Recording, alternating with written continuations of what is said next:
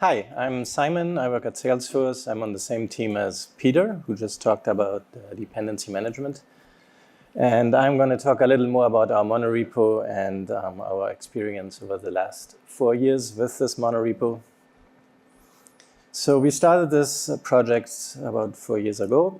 We are a team at Salesforce that owns libraries that get used in microservices, and we've seen all the pains our customers have with a many repo model where the libraries get pushed to a package manager, and then the projects that use the libraries have to download them from the package manager, and various problems associated with that. So we thought, let's just create a monorepo and put everybody in there, and we solve a whole bunch of problems at once. And so we just started this project. We created a new repo. We took our libraries, we had like 10 repos or so, we put them in the monorepo, we called it a monorepo, and it was great. We found Bazel seemed to work.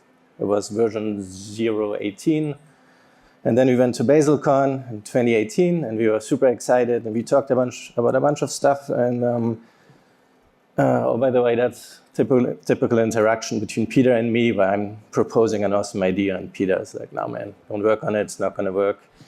He's a little negative these days, but nice guy otherwise. Anyway, so we talked about adoption at this talk, and I think we were a little overly optimistic because we thought, all these teams are going to show up and they want to be in this repo and it's going to be awesome. And, we did have some growth. So we have 40 teams-ish in the repo now. But 4 years, 40 teams, it's not that amazing. We have around 300 services or so. So we got 80 out of those. So a monorepo that's kind of small and doesn't have the majority of services. Is that really a monorepo, or is that just another repo that's just kind of sitting there? So our problem is convincing teams to move into the monorepo. We don't have a mandate at Salesforce to use the monorepo. So the teams kind of decide, yeah, I want to move in there, or no, I'd rather stay in my own little thing. We have some recognition from management that this is a useful thing to have a monorepo, but no mandate. So I want to talk a little bit about that, our experience to have a monorepo and not having a way of getting teams to move in. So it's not really related to Bazel so much, but I put that on the title of my talk, so then my talk would get accepted here. But Bazel is actually great at our scale. Bazel just works. It's awesome. We have almost only good things to say about Bazel. I'm just going to go over some things we learned, and in case you're also thinking of starting a grassroots monorepo, you may face similar issues. So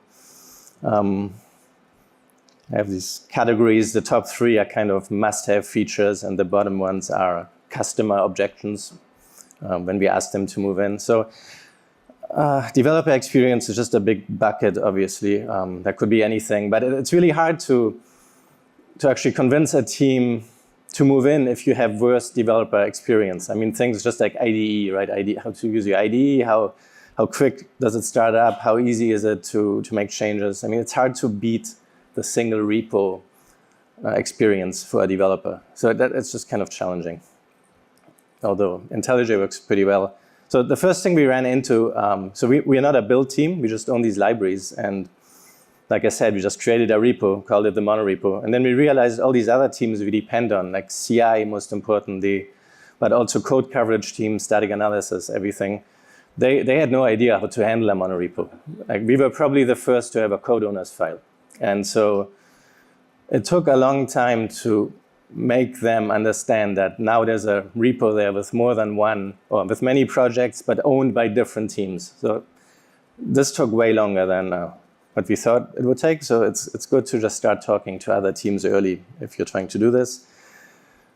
Then we realized, although we're trying to get out of the package manager thing, we want everybody in the repo, we still need integration with a package manager, because when we ask teams to move in, they say, great, I have a library and a service, but I have other users of my library. How can I how can I do that? And then we say, well, all the users move in at the same time.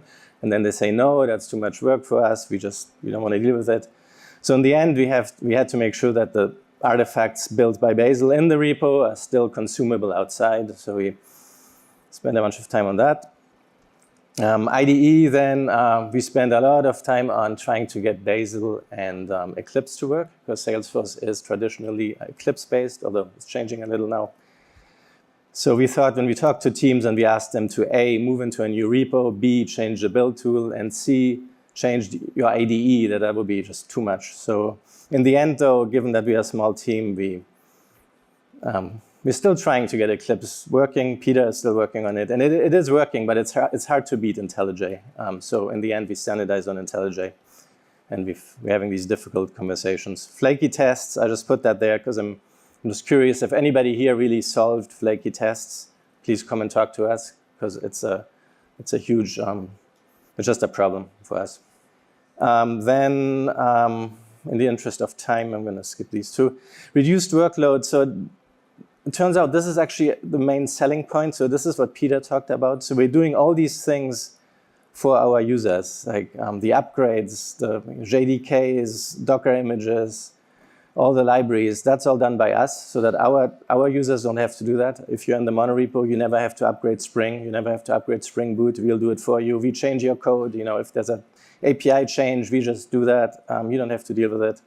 And it turns out that this is the main selling point of the monorepo.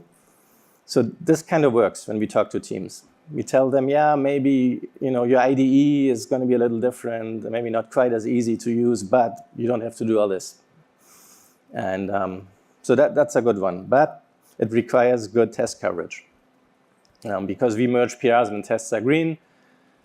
And if you don't have tests, well, that's a problem, because we may break you. Performance scale is a common objection brought up when we talk to teams. A, build tool performance, and also the VCS performance. And we all know that Bazel is awesome at the build tool performance. So this is where Bazel has been really great. We have no concerns, and we just tell them the history of Bazel and how it came from Google and how Google has huge monorepos, or one huge monorepo, and so that's good. VCS, we spend a lot of time on Git scale and understanding how Git works, and just understanding what could go wrong with Git and scale. And so now we only allow small files into the repo. We have a way of mapping larger files into the build, but they don't go into the monorepo. And we also, a year ago or so, refactored our tooling, so it's not specific. So it's not coupled to this monorepo. So we now actually have two repos. One is for Golang, one is for Java, and we have the tooling sitting outside. And so that also kind of helps with discussions, because we know we can't move, we may not be able to move 300 services into a single Git repository, but we could easily have two. And so maybe having a small number of larger repos is the way to go. Okay, then other customer objections we have to deal with. First, they're just developers who they just don't like monorepos. They're just not sure why. But we just learned to walk away from that. And we had cases where once that developer left the team would come back to us and say, actually, we do want to move in. And so that worked pretty well.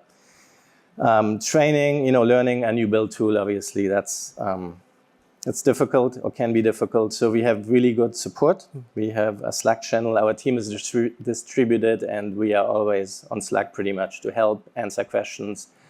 There's nothing worse than a frustrated developer who can't build. So we try to deal with that really quickly.